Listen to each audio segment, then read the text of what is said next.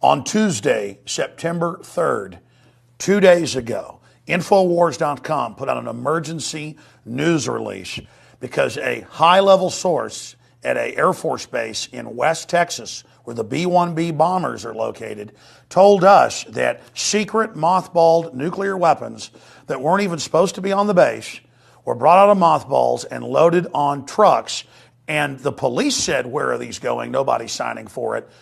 The base commander simply gave orders, and everybody knew that this was completely irregular. The truck drivers said, all we're told is this is going to South Carolina, and we don't know where it goes from there. Now, Anthony and I went on to speculate about this being used for a false flag, not just a strike in the Middle East or on Russia, and that missing warheads could be used to basically hold the East Coast hostage, or could be blamed on a foreign enemy. This is how you take down a free country, is you have criminal elements within it that hold the nation hostage to terror, that build a police state grid in the name of fighting terror, and then hold that threat over the public if they don't give in to your demands. Just like they got caught staging a false flag with the chemical weapons in Syria, now they're desperate. It's all starting to come out, and the tyrants are desperate. This could be their false flag to bring in full martial law. Who knows what they're actually wanting to do with this nuclear weapon, this nuclear warhead? We could stop a potential false flag scenario inside the United States right now by exposing this. This is going to be the mother of all terrorist attacks. It's going to make 9/11, a government operation from beginning to end, look like a picnic. And they engineered, on record in hindsight, World War I to get League of Nations. That's right. World War II, engineered, financed, enemies built up to try to get it. And then they're going to use World War III. I mean, that's their plan. That's their program. That's what they do. That's right.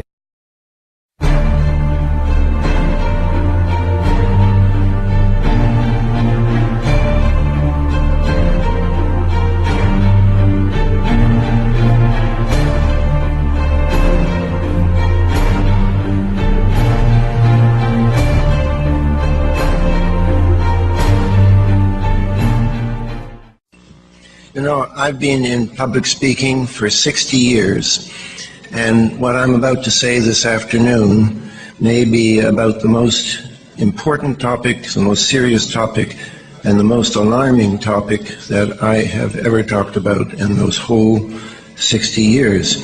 Important understanding the truth about 9/11 is as perhaps our best available means of forestalling that terrible possibility.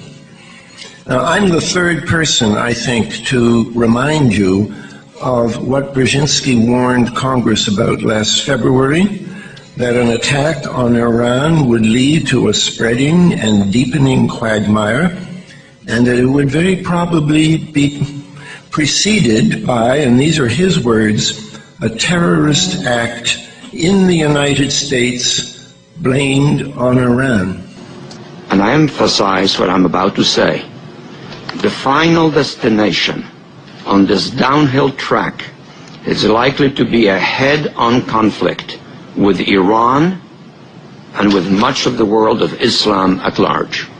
A plausible scenario for a military collision with Iran involves Iraqi failure to meet the benchmarks, followed by accusations of Iranian responsibility for the failure, then by some provocation in Iraq or a terrorist act in the United States blamed on Iran, culminating in a quote-unquote defensive U.S. military action against Iran.